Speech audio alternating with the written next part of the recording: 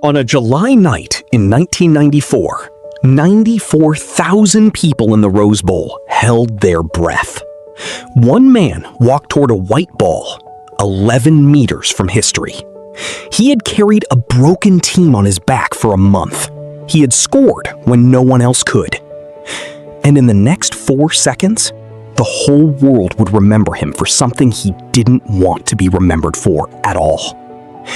This is the story of a man who was reborn once through a shattered knee, and then had to survive dying a second time in front of the entire planet. In a quiet town called Caldogno, tucked into Italy's Veneto countryside, a boy was born on the 18th of February, 1967, into a family that had never produced anything close to fame. There was no money for academies, no connections, no plan. Just dusty streets, a worn-out ball, and a kid who barely spoke unless the conversation was happening at his feet. He wasn't loud. He wasn't the type to announce his ambitions to the world. But something about the way he moved with a ball made grown men on the local pitches stop and watch. He didn't play like a child imitating his heroes. He played like he already knew something they didn't. That quiet, private genius eventually caught the attention of Vicenza, a regional whose youth system would become the first real door in his life. A door that led somewhere no one in his family had ever been. But doors that open fast can close just as violently. And what happened next would almost end everything before it began. Vicenza gave him his start. Fiorentina, in 1985, gave him a stage. Florence was a city that lived and breathed football, and its fans sensed immediately that they had signed something rare, a player with touch and vision that seemed to belong to an older, wiser footballer than the teenager standing in front of them. Then, almost as quickly as the dream had begun, it nearly ended. A brutal knee injury tore through his early Fiorentina career. The kind of injury that, in that era, finished players outright. Surgeons had to rebuild what was broken. There was no guarantee he would ever run at full speed again, let alone play professional football. The stadium noise he'd only just discovered was replaced by silence, hospital corridors, and the terrifying, private question every injured athlete eventually asks themselves. What if this is it? He was 18 years old, and he was already fighting to survive the only thing he'd ever wanted to do. He came back, but the boy who returned to the pitch was not quite the same one who had left it. Somewhere in that painful rehabilitation, something shifted in him beyond the physical. He turned toward Buddhism, a spiritual practice that would quietly shape the rest of his life, his decisions, and eventually how he processed the darkest moment of his career. Between 1985 and 1990, Fiorentina fans watched him transform into a cult hero. His dribbling was elastic, almost impossible to predict. His free kicks curled with a precision that looked less like athleticism and more like art. Combined with his newfound faith and his now famous ponytail, the city gave him a nickname that would follow him for the rest of his life: Il Divin Codino, the divine ponytail. He wasn't just a footballer to Florence anymore. He was a symbol, a boy who nearly lost everything and came back transformed, wrapped in something the fans couldn't fully explain, but could absolutely feel. Which is exactly why what happened next would break their hearts. In 1990, Baggio left Fiorentina for Juventus, one of Italian football's true giants. For the fans who had watched him rebuild himself from nothing, the move felt like a betrayal. Anger spread through Florence. This wasn't just a transfer. It was the departure of a man they had claimed as their own spiritual property. But Turin gave him something Florence never could: the platform to become the best player alive.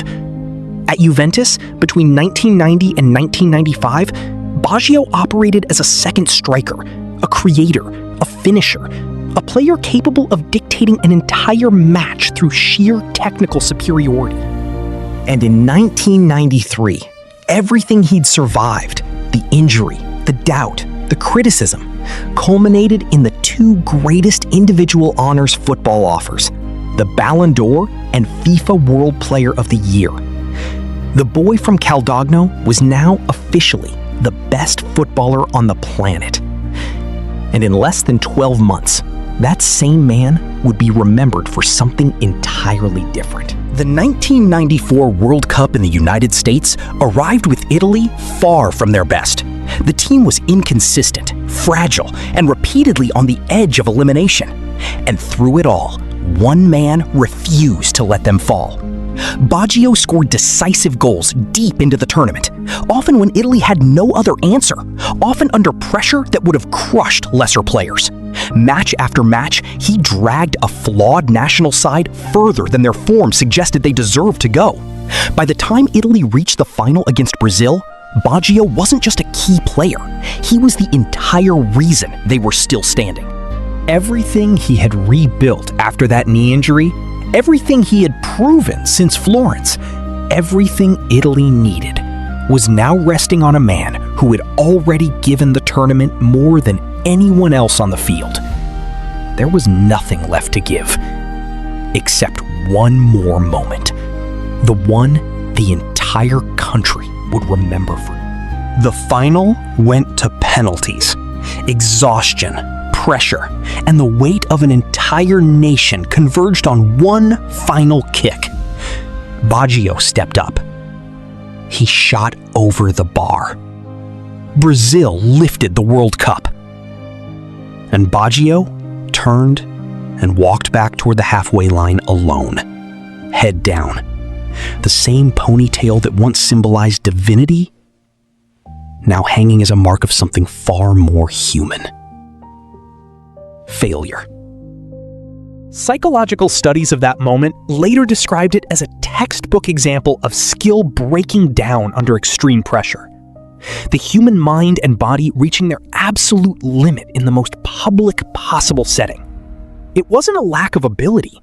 It was the price of carrying too much for too long, with no one left to share the weight. For the rest of his life, that 4-second walk back to the center circle would be replayed more than almost any goal he ever scored. But a man who has already survived one kind of death doesn't simply disappear after another. What came next would define whether he was remembered as a man who broke or a man who endured. To the center circle would be replayed more than almost any goal he ever scored. The injuries never fully left him either. Throughout his career, recurring knee problems continued to threaten his availability, forcing him into repeated cycles of rehabilitation, each one a quiet echo of that first devastating setback at Fiorentina. But it was the psychological scar of 1994 that lingered longest. He continued performing at an elite level in the years that followed, proof that the miss hadn't broken him. But the public scrutiny never fully faded either. His Buddhist practice became more than a personal belief system. It became, by many accounts, the framework he used to process guilt, pressure, and the impossible expectations placed on him by an entire footballing nation. He didn't hide from what happened. He carried it. And carrying it, rather than being destroyed by it, would come to define the second half of his story. While the world kept asking him about one missed kick, Baggio was still finding new clubs, new teammates, and new ways to prove his career was far from finished.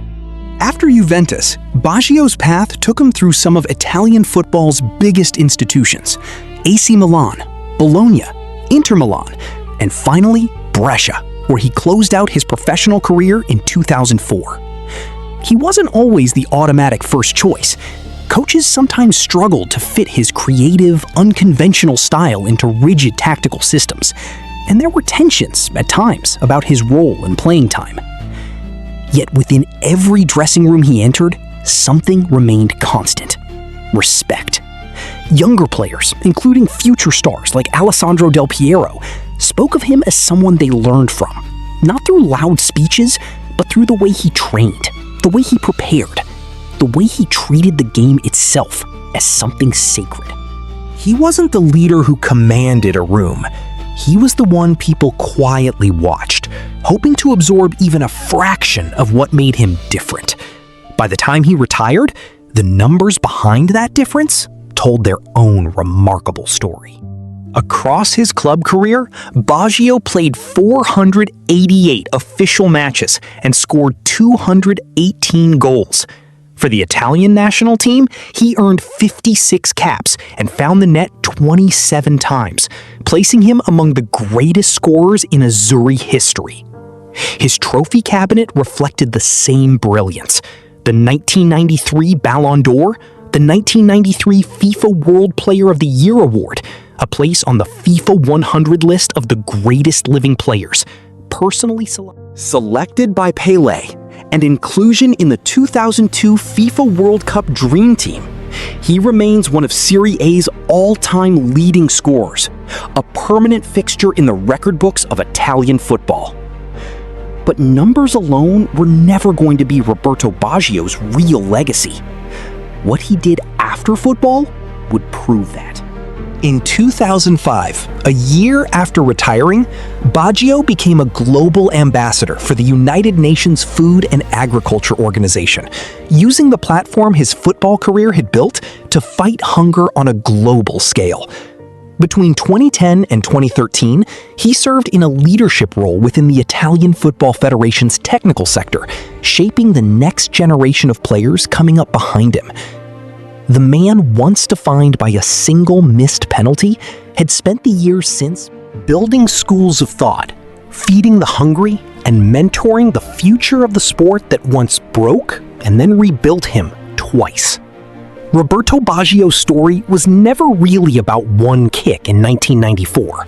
It was about a boy who survived a shattered knee at 18, rebuilt himself into the best player alive, and then found a way to carry the weight of a nation's heartbreak without ever letting it define who he truly was. Genius and failure lived inside the same man at the same time, and that contradiction is exactly what made him unforgettable. He didn't need to be perfect to become a legend. He only needed to keep walking back to the center circle every single time. If this story moved you the way it moved us to tell it, hit like, drop a comment below on what part of Roberto Baggio's journey hit you hardest, and subscribe to Football Dark Stories for more untold stories of the players who shaped football and were shaped by it in return.